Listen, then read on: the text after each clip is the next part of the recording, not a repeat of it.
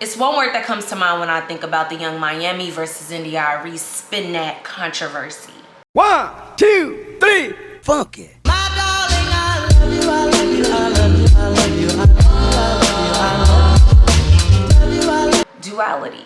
Duality is the state or quality of having two distinct, often opposite parts of aspects, two complementary or contrasting elements that coexist within a whole, good and evil, light and shadow. So the reason why I'm saying this is because, you know, where all my scamming, spinning that, whatever. It seems to be a negative song, right? When you listen to the lyrics, it is perpetuating stereotypes that are negative towards our culture. India Arie, amazing woman. My mom played India Arie down in our household when I was growing up. It was India Arie, Mary J. Blige, and gospel music. My sister just wrote a thread stating that. So it's funny because, like, yes, girl, yes, she did. Saying that to say, I adore India Arie. The music that she makes, it waters you as an individual. Very beautiful, very healing, very positive. But I also feel like we do ourselves a disservice when we don't also honor the other aspects of ourselves, the other aspects of Black culture, as well as the other aspects of what we like. I think that it's important to understand nuance in situations. I think that it's important to understand balance. I think that it's important to honor dark and light. And that is just values for me, right? So the way that I'm approaching this topic, the way that I approach even listening to the song, is that I like the song. It grew on me. Initially, I was leaning more towards the India Arie side of things, where it was like, this is so negative, why would we even play into this? But then I'm like, okay, this is a little bop. Like, it's a cute little song. That aside, I think it's important to also be aware. So I get why India Arie is just like, you know what? We have to do better. This isn't necessarily good for the community. And music does influence us, whether we want to believe it or not. At the same time, I kind of wish that she would have leaned more into, and you know what? I'm not going to do that to her, because I understand why she leaned into the conversation the way in which she did. What I'm going to say is for someone like me, I think it's important to provide other avenues of advice for people that do listen to the Young Miamis, or that may listen to rap versus listening to neo soul. It is important to be aware that these music selections do impact our lives as well as influence us. So I'm gonna listen to a Young Miami record on the way to the club. I'm not gonna be playing it in my house, cleaning up and having those vibes all throughout the house, because I do understand that music is influential and does impact us. But I also know that I can't listen to, I mean, I could, but I wouldn't listen to an India Arie or a Lauryn Hill or a Jill Scott record on the way to the club. Now, when it comes to cleaning my house, when it comes to exercising, when it comes to taking a walk, those are the type of records that I might listen to. It's a place and time for everything. And I think that this conversation is missing a whole bunch of nuance, a whole bunch of just acknowledgement that Black people are not a monolith and that we don't have to be. And I also feel like we do ourselves a disservice when we try to go out of our way to make sure that other people don't see us negatively. They're gonna see us the way that they want to anyway. But I also understand, and that's why this is so conflicting to me, and why initially I didn't want to like the record, because it's like, this goes against the things that I stand for. But does it really? I'm not trying to be a scammer or a booster or any of those things. But the record is fun, and duality matters to me. Having a balanced lifestyle matters to me, and I wish that the conversation was leaning more toward that. Like, okay, listen to this, young folk, do y'all thing, twerk a little, dance a little, but don't make that all that you do, right? Make sure that you're aware of the words that you're listening to and what you're singing, and if you have little kids, little babies, make sure that you're talking them through it. Like, okay, little Lulu or whoever, I know you like this song, but also understand that these words aren't positive words. Perhaps take out the dictionary, explain to them what a scammer and a booster is, and that you don't want to be none of those things. You can party to the music because the beat is nice and you're having a good old time, but don't lean into being any of those things. That's for the people who have criticized the fact that the song is negative for the youth growing up and has that type of impact, if you will. Now, I did want to get into the fact that India Arie did not say that she was going to boycott the song, because that's some of the narrative that was like running around or whatever on the internet. What she did say is, I finally realized that not everybody wants to get free. And it was a very, very rude awakening, shaking my head, because the mass acceptance of this song is a crystal clear sign of this much bigger truth. Everything you listen to, see, or hear is going to influence you. Completely agree with that. Where I don't agree wholeheartedly, and I have just like a different thought process regarding this, is when she said, I finally realized that not everybody wants to be free. Some people may say that Young Miami is more free than India Arie because of her ability to like accept her sexuality and be okay with discussing certain things in a certain type of way, being more open. They may, you know, Lil Kim, Kaya, all of the women that talk about the, you know what I'm talking about? And that are comfortable with displaying those types of feminine qualities, if you will.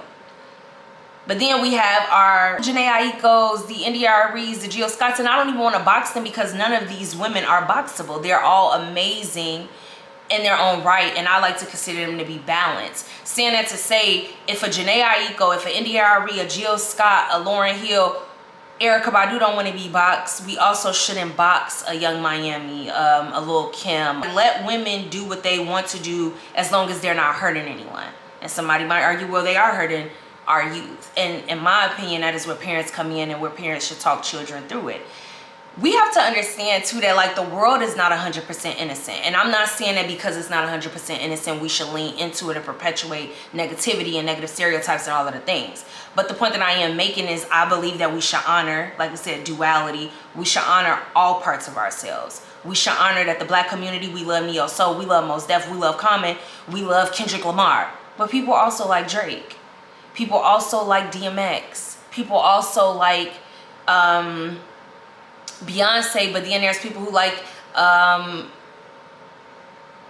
Nicki Minaj, and there's people who like Cardi B, and there's people who like Meg Thee Stallion, but then there's also people that like Jill Scott. All of these people deserve to have a certain level of respect, and they have great records. And I just want everyone to be able to acknowledge the talents that be without harshly criticizing them all of the time. I get critiquing stuff. I critique stuff all of the time.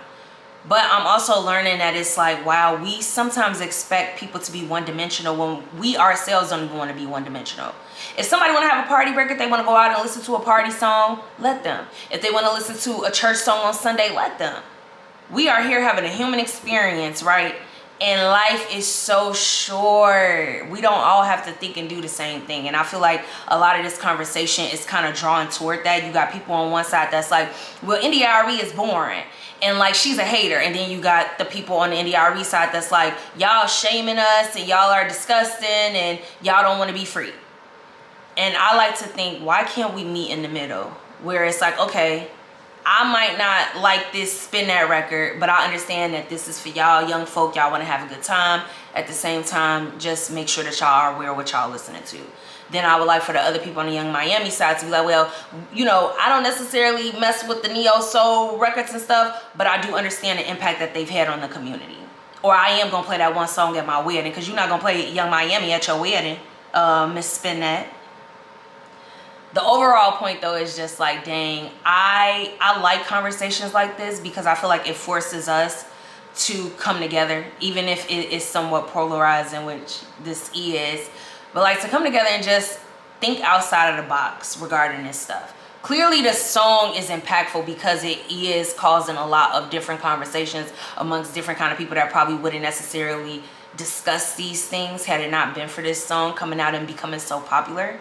I also want to say a special shout out to Young Miami for this record being popular. I'm happy for her. I'm not the biggest Young Miami fan. I understand that like her support of Diddy was definitely problematic.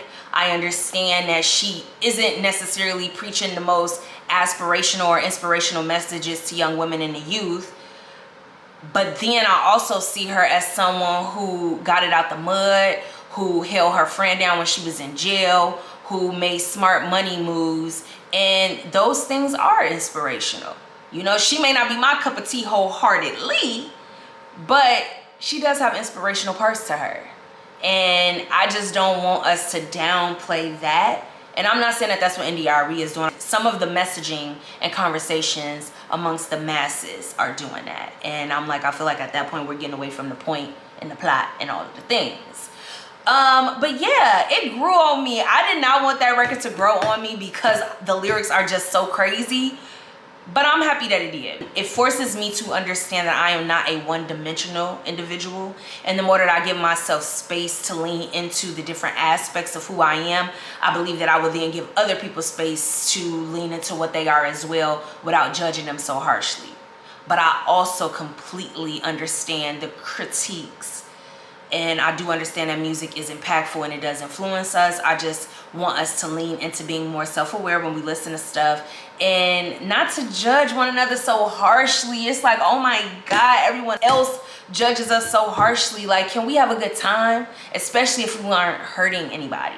Can we enjoy one another? Can we, like, dang, this is a song that's getting us all together. Let's lean more into that. You know what I mean? And maybe India Arie and Young Miami could come together and make a record. I also wanted to discuss Pretty Ricky and the B2K verses, because I was just thinking about how, like, Pretty Ricky talked about a lot of, you know, X. And with them talking about that, I realized that, wow, some of us could look at it like, why was we listening to that music at such a young age? But then another way to look at it is like, dang, these men, when they talked about X, they did not talk about, like, they definitely respected women. It wasn't in a misogynistic or patriarchal way. It was definitely about the woman's pleasure as well. And I thought that that was extremely important to highlight as we talk about just music and its impact. And there's so many different ways to look at music. Monaleo, I hope I'm saying her name right. My sister loves her down, introduced me to her. Shorty is so cold, and she has a song out called Everything Pinka. I'm looking for a pleaser, everything pinka, tell them that I need them.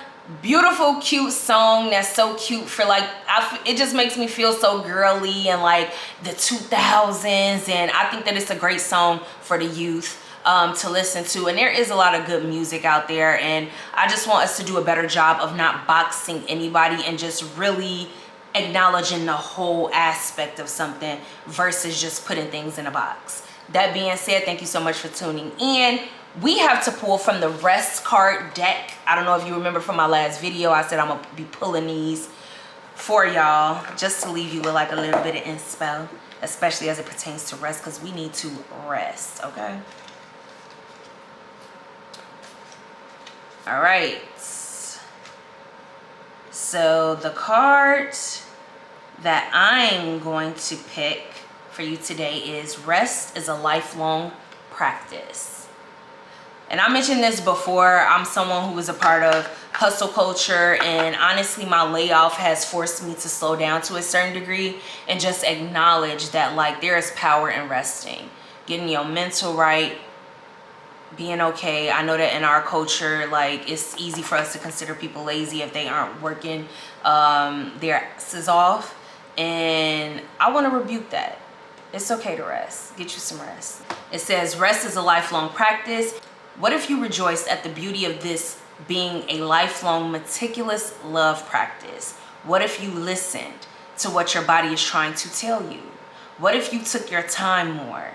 What if the way to heal is waiting for you in a nap?